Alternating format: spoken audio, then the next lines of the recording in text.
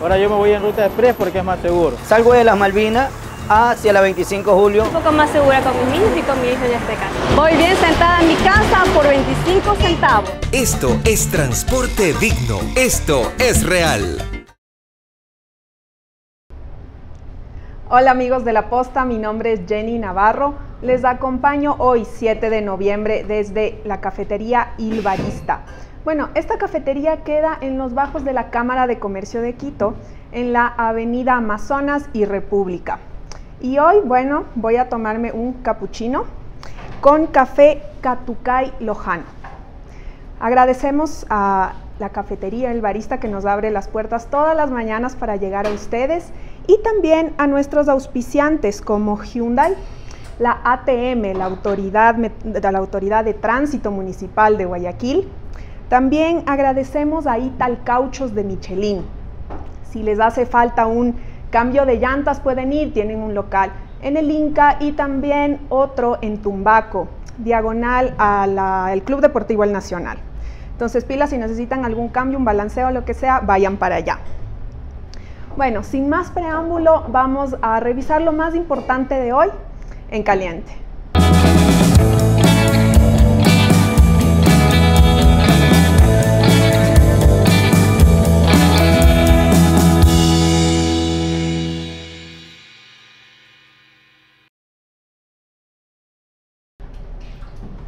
Y bueno, en Caliente tenemos que Eduardo Franco Loor confirmó el traslado o que llevaron a Jorge Glass al hospital de Quito, el HCAM. Jorge Glass no se está sintiendo bien, anda como enfermito, un poco malito y bueno, no es para menos. Está con, bueno, hasta ayer 17 días de huelga de hambre ha cumplido en la cárcel de La Tacunga. Jorge Glass se puso un poco rebelde desde que lo trasladaron desde la comodidad, de las comodidades que tenía en la cárcel 4 al frío de La Tacunga. Está siendo alimentado por vía intravenosa y está internado ahorita en el HCAM. En otro tema, la defensa de Assange pide garantías para no ser extraditado a Estados Unidos. Están considerando por ahí la posibilidad de tal vez decirle chao al asilo que le da Ecuador, pero sus abogados quieren estar seguros que los británicos no le enviarán a un país donde haya pena de muerte y tampoco cadena perpetua. Después de asegurarse de la posición de los ingleses, tomarán una decisión. Mientras tanto, el canciller José Valencia ratifica el asilo, mientras Julian Assange se porte bien en la embajada. O sea, nada de andar en patineta, rayando los pisos de la embajada ni nada. Bien portadito, se puede quedar. En otro tema, hoy a las 3 de la tarde en la Corte Nacional de Justicia se decidirá si Rafael Correa va o no a juicio por el caso del secuestro a Fernando Balda. Vamos a estar ahí con Ana Gabriela Oquendo, nuestra compañera. Estaremos ahí en primera fila presenciando a ver qué onda, qué decide la jueza Camacho, si va o no a juicio. Ana G, si todavía estás en la casa, no te olvides de traer el canguil porque no sabemos hasta qué hora nos vamos a quedar hoy. Estén pendientes, ojalá podamos transmitir esto en vivo, la resolución en vivo, y si no, apenas se acabe, nosotros nos vamos a conectar, así que súper pilas con eso. Bueno, esto ha sido todo en Caliente. Vamos a dar paso a la entrevista. Hoy tenemos el gusto de hablar con Pedro Bermeo. Él es activista ambiental del colectivo Yas Unidos.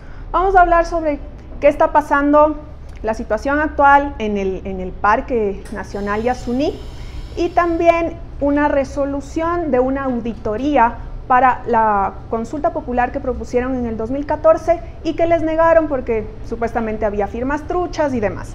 Veamos qué nos dice Pedro Bermeo y vamos a la entrevista.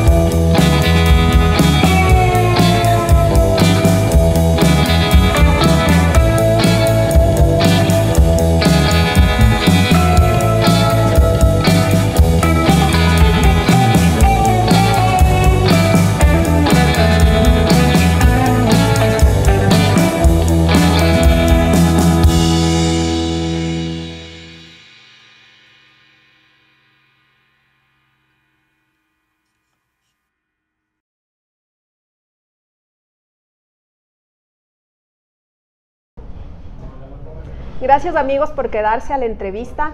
Tenemos el gusto de contar con Pedro Bermeo. Como ya les había adelantado, él es activista ambiental del colectivo Yasunidos. Vamos a hablar sobre qué está pasando en el Parque Nacional. Pedro, muchas gracias por estar aquí y bienvenido. Muchísimas gracias por esta invitación.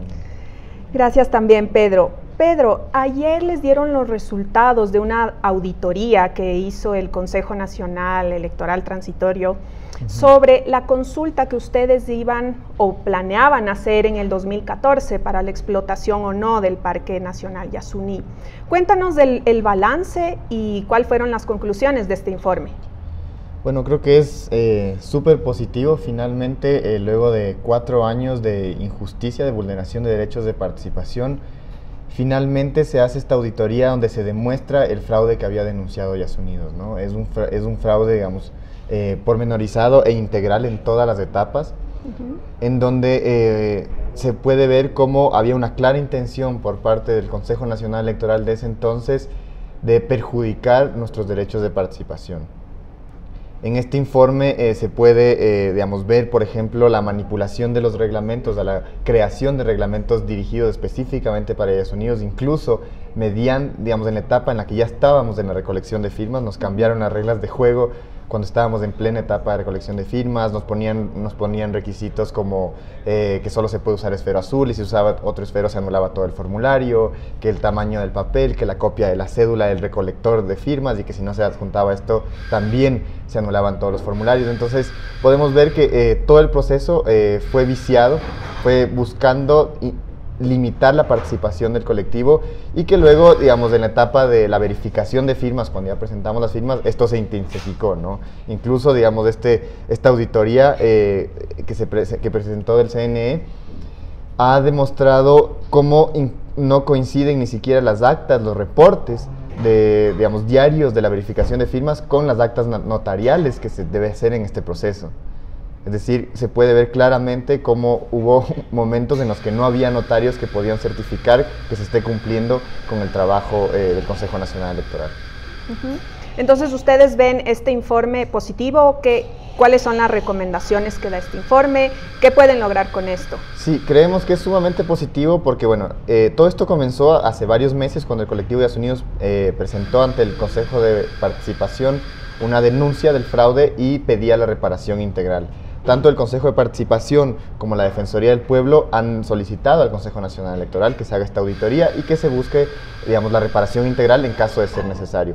Como se demuestra en este informe que se nos anuló una serie de firmas por cuestiones totalmente arbitrarias, por cuestiones de forma y no de fondo, como dice la Constitución, lo que pide este informe es que haya una reparación integral. Es decir, este informe demuestra que tenemos 670 firmas, por lo tanto, alrededor de 70.000 o 90.000 firmas más de lo necesario para llamar a una consulta popular. Por lo que recomienda al Consejo Nacional Electoral que dé paso, digamos, dé informe favorable al colectivo Yasunidos y que se llame a una consulta popular. ¿Qué significa esto de la reparación integral? La reparación integral, digamos, lo que busca es que todos los afectados, todos los que firmamos esta iniciativa, no solamente los promotores de la iniciativa, sino todas las personas, los 756.623 personas que firmaron esta iniciativa, sean reparados. Es decir, como nuestro derecho de participación, nuestros derechos políticos fueron vulnerados, una de las formas de reparar al colectivo y reparar a todas estas personas es que se lleve a cabo lo que se buscaba, que es la consulta popular. Y exactamente, digamos, con las mismas condiciones que teníamos en ese entonces, es decir, la pregunta tal cual estaba planteada. Para las personas que no se acuerdan, la pregunta que proponíamos era: ¿está usted de acuerdo en mantener el crudo del Yasuní TT indefinidamente en el subsuelo? Esta es una pregunta muy distinta a la pregunta de la consulta pasada, que prácticamente no ha servido para nada. Cuéntanos por qué. Bueno, es una pregunta, como nosotros lo denunciamos en su momento, que no tiene un anexo, que no tiene un respaldo, digamos, de cómo se va a aplicar, que no dice cuáles son sus alcances, y que, bueno, por eso el colectivo Yasunidos con abogados ha presentado un amicus curiae ante la Corte Constitucional en ese entonces, y que, bueno, denunciamos nosotros que no se sabía exactamente cómo se iba a cumplir. Entonces, por un lado, la pregunta, para los que no se acuerdan, tenía 2 etapas, ¿no? La pregunta de Lenin. Por un lado decía reducir la zona de explotación, esto no se ha hecho, y por otro lado la ampliación de la zona intangible. Justamente el colectivo Días Unidos, la zona intangible es donde viven los pueblos en aislamiento voluntarios del territorio, digamos no el territorio, sino la zona que se les ha otorgado, porque el territorio es muchísimo más grande, para la supervivencia de estos pueblos, ¿no? Donde no puede entrar el extractivismo, donde no pueden entrar los pozos petroleros, donde no pueden entrar las madereras, es decir, donde realmente debería detenerse todo tipo de extracción. Pero tú dices que ya se está explotando, ¿no es cierto? ¿Qué partes? Cuéntanos qué partes se está explotando. Ya, bueno, esto es importante decirlo también, el Yasuní ha sido explotado desde los 70, es decir, no es nada nuevo lo que se está haciendo ahora, ya se ha explotado gran parte del Yasuní, la mitad del Yasuní, por decirlo de alguna forma, ya está explotado, y lo que, digamos, está en juego es el ITT, que es este pedazo al fondo del Yasuní, que sería el corazón del Yasuní, lo que estamos intentando salvar en este momento, ¿no? Esto, digamos, ya está, se ha comenzado la explotación en algunos años anteriores, todavía no está intensificada y, como digo, todavía no llega al corazón, que sería el Ixpingo, que sería el bloque, digamos, del pozo o el campo petrolero que estamos intentando detener en este momento, ¿no? Lamentablemente, en días pasados, Días Unidos le han filtrado información sobre un borrador que supuestamente busca, digamos, concretar lo que se votó en esa consulta anterior de Lenín Moreno, respecto a la zona intangible. Lamentablemente esto para nosotros es un saludo a la bandera, es una regresión total de derechos, porque lo que hace este decreto ejecutivo es, en vez de garantizar la vida de los pueblos aislados, los vulnera más. ¿Por qué los vulnera más? Porque permite la extracción en la franja de amortiguamiento. La franja de amortiguamiento es parte de la zona intangible, en este momento ya cuenta con una franja de amortiguamiento donde está prohibida la extracción petrolera.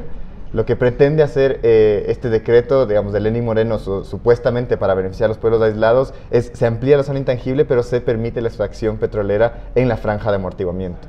Por lo tanto, digamos, se podría estar extrayendo petróleo a escasos kilómetros de casas de pueblos en aislamiento voluntario, vulnerando totalmente su vida. Y este decreto está en el escritorio también de Humberto Cholango, ¿no? Así es. Él es el ministro de Ambiente encargado, también ex dirigente de la CONAIE. ¿Cómo ves tú la responsabilidad de Humberto Cholango con su pueblo indígena? Bueno, nosotros esperamos que Humberto no ponga en riesgo, no firme este decreto y ponga en riesgo de genocidio al pueblo, digamos, Huaurani, a los pueblos en aislamiento voluntario que viven en la zona, y que realmente, digamos, se tome la lucha de los pueblos indígenas en serio y que no se firme este decreto, ¿no? Que, como te digo, en vez de beneficiar a los pueblos aislados, los está perjudicando con la explotación petrolera digamos, a escasos kilómetros del territorio.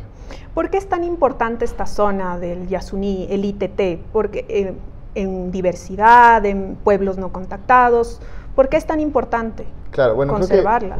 Creo que digamos, hay demasiadas razones para hablar sobre la importancia del Yasuní, ¿no? La una es la gran riqueza biológica, es decir, en el mundo no existe otro lugar tan biodiverso como el Yasuní.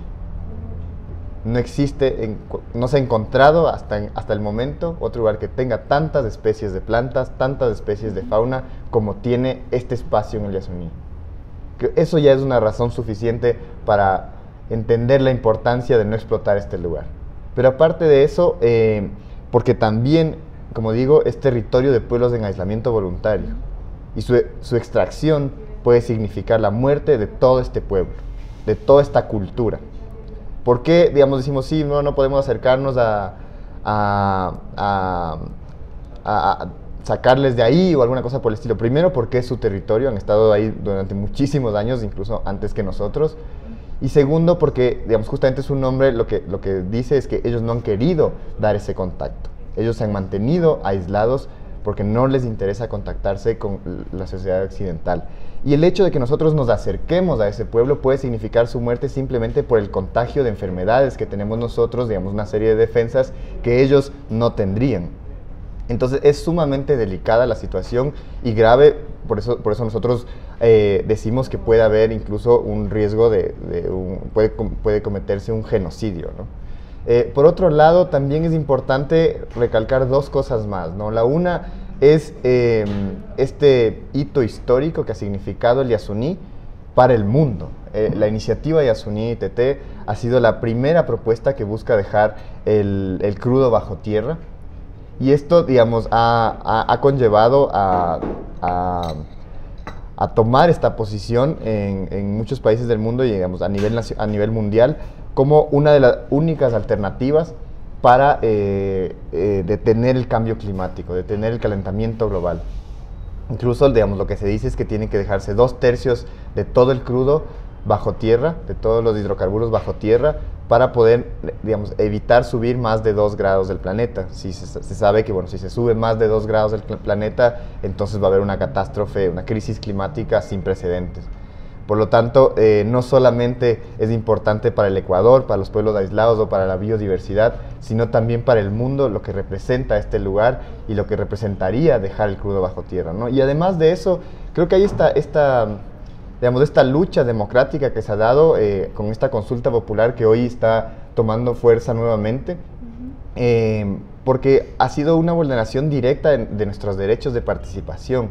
Y es importante decir que el colectivo Yasunidos fue la primera iniciativa, digamos, la iniciativa de consulta popular de Yasunidos fue la primera de esta índole, es decir, la primera en que los ciudadanos y las ciudadanas se organizan para recolectar firmas para llamar a una consulta popular. Es la primera vez, digamos, inauguramos este artículo de la Constitución que nos permite, que nos da esta herramienta, ¿no? La herramienta de democracia directa.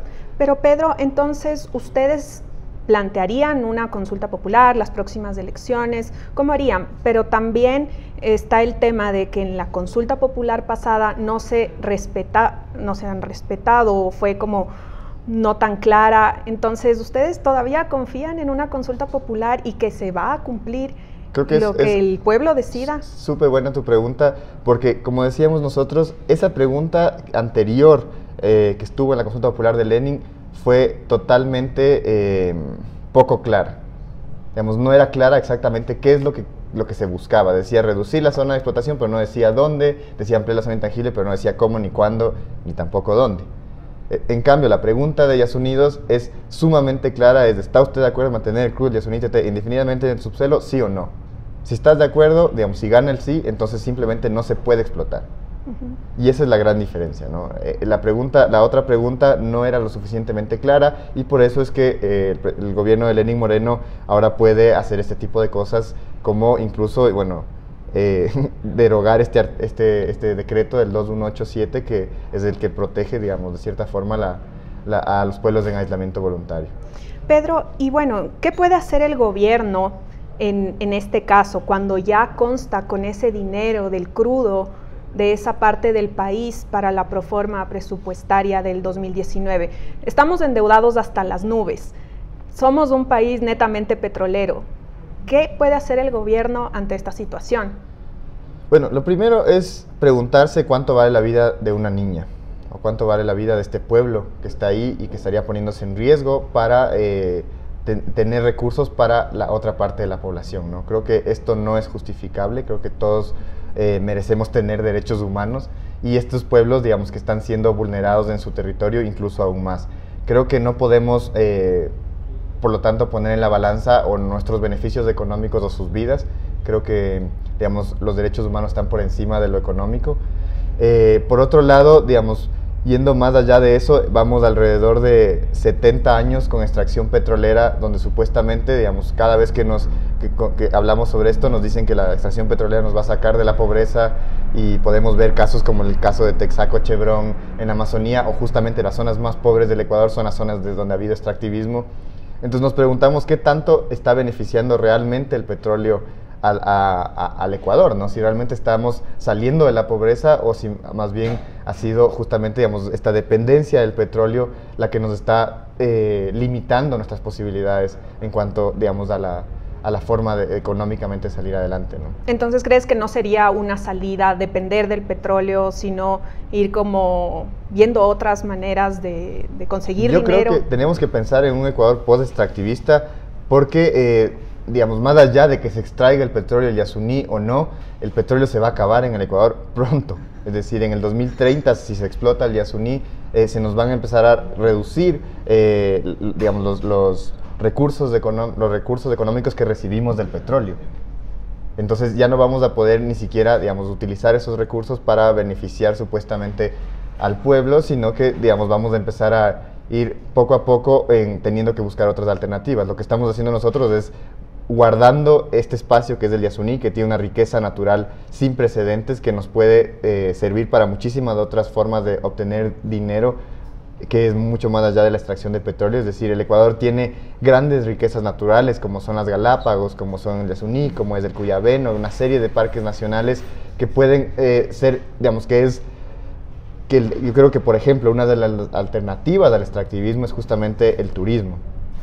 El turismo, un turismo responsable, un turismo ecológico que busque realmente, digamos, beneficiar a la población, ¿no? Entonces creo que no podemos caer en esta disyuntiva de petróleo o Yasuní, digamos, o la vida del Yasuní o los recursos económicos, porque ni siquiera el bloque 43 está licitado a una empresa, digamos, no está concesionada a una empresa internacional. Entonces no es que va a haber una demanda o alguna cosa por el estilo si se detiene la extracción petrolera en este lugar. Y además es importante decir que las cifras económicas del Yasuní han variado constantemente según los intereses de turno.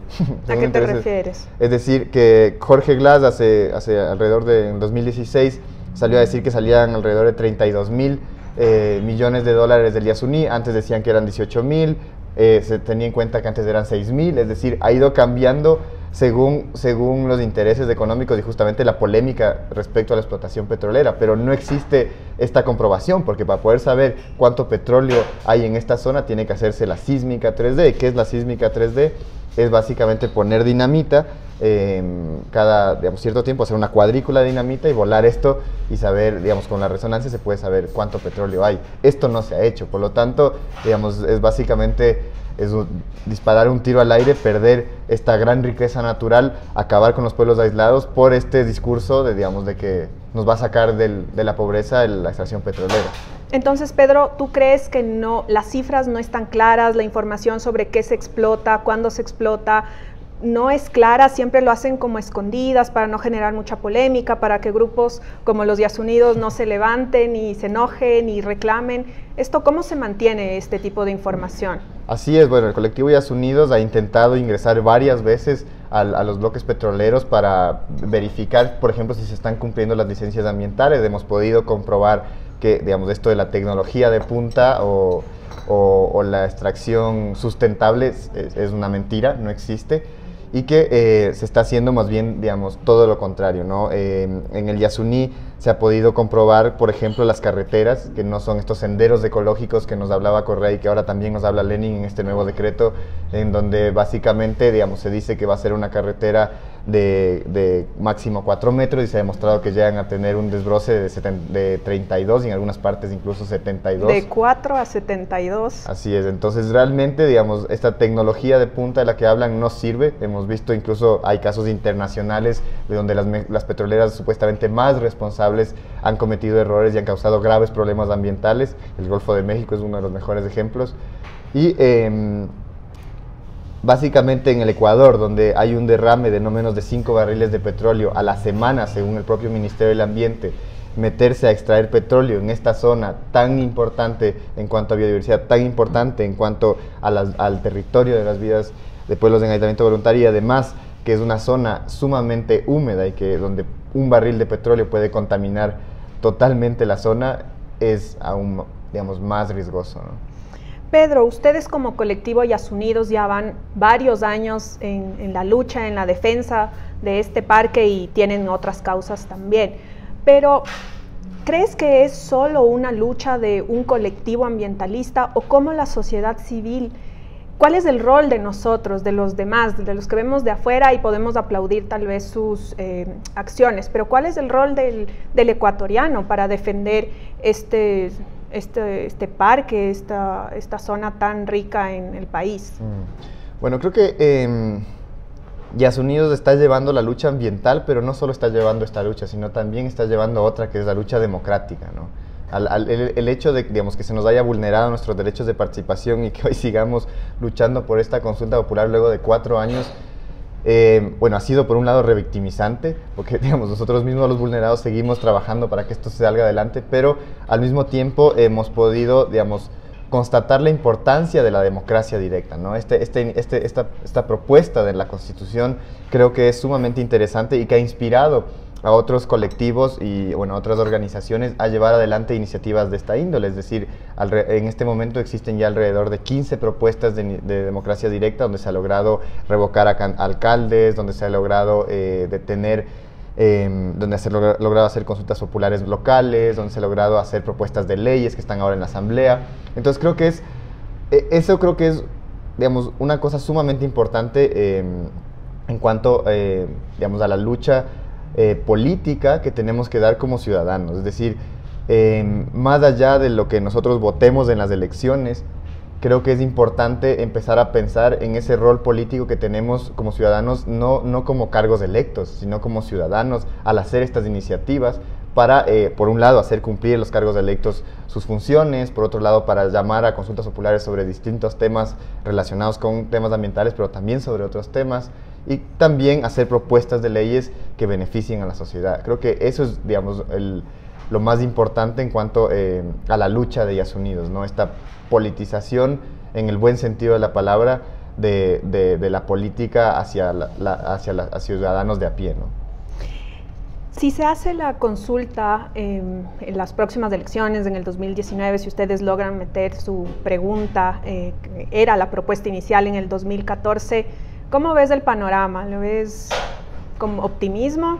Bueno, yo creo que definitivamente sí, porque no solamente tenemos la recolección de firmas que nos demostró el gran interés que había en ese entonces por defender el Parque Nacional Yasuní, incluso las encuestas del propio presidente de ese entonces, Rafael Correa, decían que el 72% de los ecuatorianos votaría a favor de la consulta popular de Yasunidos. Pero más allá de eso, la anterior consulta de Lenin, que era una pregunta poco clara, que incluso Yasunidos salió a decir, digamos, que era una pregunta que no tenía mucho beneficio real en el territorio y que ahora lo podemos ver, ganó con un, si no me equivoco, el 70% o un poquito menos, pero es una de las preguntas que ganó con más porcentaje. Es decir, la ciudadanía, estos temas ambientales, las dos preguntas ambientales de la anterior consulta fueron las preguntas con más votos. Y esto demuestra que hay un claro interés por parte del Ecuador de defender esta riqueza natural que tenemos, de defender la vida, de defender el agua y defender estos grandes territorios que representan, digamos, en el Ecuador la vida de los pueblos aislados, pero también la riqueza natural, ¿no? Entonces, Pedro, ya para concluir la entrevista, ¿cuál sería entonces el siguiente paso de Yasunidos después de recibir este informe de auditoría? Bueno, ahora el siguiente paso es que el Consejo Nacional Electoral acoge el informe de esta auditoría. Esperamos que esto lo haga en el transcurso de esta semana. Creemos que es sumamente importante que se tome una decisión ya, porque como te digo, al mismo tiempo Lenín Moreno está intentando llevar adelante la explotación lo antes posible para que sea demasiado tarde ya la consulta. Esperamos que el Consejo Nacional Electoral se pronuncie el día de mañana como máximo o pasado y, digamos, se dé el informe favorable para que pueda pasar nuestra pregunta a la consulta popular y que así todos los ecuatorianos seamos quien decidamos sobre la no explotación del Parque Nacional de Yasuní. Chévere, Pedro, entonces estaremos pendientes de lo que pasa en este tema. No sé si tienes auto o si... No. Bueno, Michelin de Ital Llantas de Michelin quiere regalarte un balanceo, lo puedes utilizar para algún familiar. Te regala no sé si esto Michelin.